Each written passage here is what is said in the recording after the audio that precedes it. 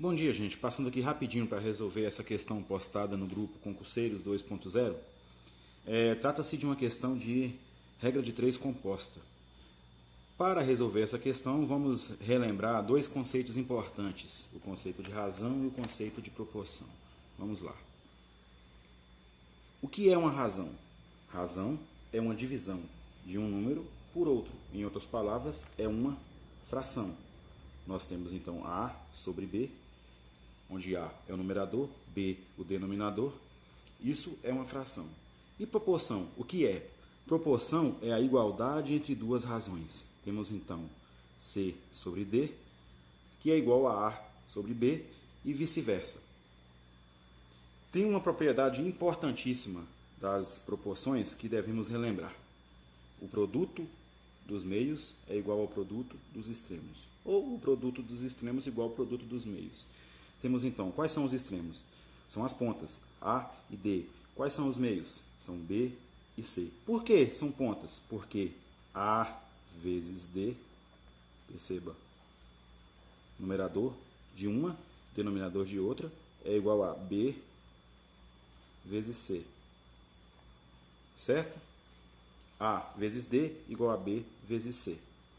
Então, vamos guardar esse conceito para resolver a nossa regra de 3. Guardem isso na mente. Correto? Vamos lá, então, resolver a questão. A questão diz: sabendo que para produzir os 1000 veículos existem 1000 operários, trabalhando 8 horas por dia durante 12 meses, quantos operários a mais devem ser contratados para produzir a capacidade de produção de 250 mil, trabalhando durante 10 meses no regime de 6 horas por dia? Bom, a questão tem um monte de repetição desnecessária e deve ter um contexto por trás dela, né? Mas dá para entender o que ela quer. Vamos lá. Nós temos então, vamos colocar aqui no papel as grandezas que nós temos para trabalhar. Primeiro, nós temos a produção. A produção de 100 mil veículos, que é realizada pelos trabalhadores, por 1000 trabalhadores. Nós temos o tempo dedicado. O tempo dedicado é de 8 horas por dia. E temos o prazo. Esse prazo citado é de 12 meses. Então a questão pergunta: se nós aumentarmos a produção para 250 mil veículos e diminuirmos o tempo dedicado para 6 horas diárias e diminuirmos também o prazo para 10 meses, qual será a quantidade de trabalhadores a mais necessária? Percebam que perguntou a quantidade de trabalhadores a mais. Quando você tiver terminado de resolver a regra de 3, você vai ter encontrado o valor desse x. Esse x não é a quantidade de valores a mais. Esse x é a quantidade de trabalhadores necessários.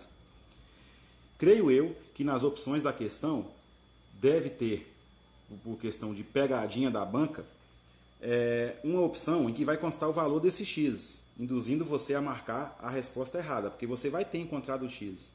Mas tem que se lembrar que pediu a quantidade de trabalhadores a mais. Então, se você já tinha 1000 trabalhadores, do x encontrado, você vai subtrair esses 1000 e aí essa será a resposta da questão, certo? Vamos lá.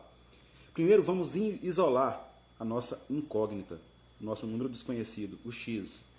E por convenção, vamos estabelecer aqui essa setinha para baixo. E essa é a nossa razão principal.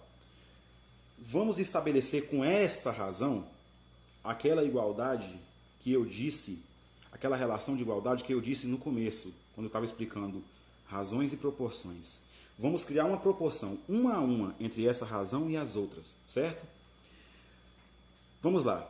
1 a 1, e você não deve levar em consideração as outras quando você estiver tratando dessa uma. Primeiro, vamos estabelecer a relação entre o número de trabalhadores e a produção. Se eu tenho, esqueça qualquer conceito do enunciado.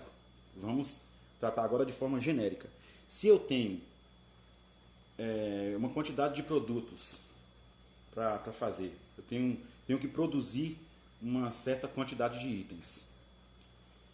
e a pessoa que solicitou que eu produzisse esses itens chega para mim e fala, ó, você vai ter que aumentar essa produção. Ou seja, eu e meus trabalhadores produzimos uma quantidade e a pessoa que solicitou o serviço pede para aumentar. Eu terei que aumentar ou terei que diminuir a quantidade de trabalhadores necessários? Ora, se eu tinha um trabalho e esse trabalho foi aumentado, lógico que eu preciso de mais gente para conseguir dar conta desse trabalho. Então, aumentando a quantidade de trabalho, aumenta-se também a quantidade de trabalhadores. Certo? Então, isso aqui é diretamente proporcional. Aumentando, aumenta.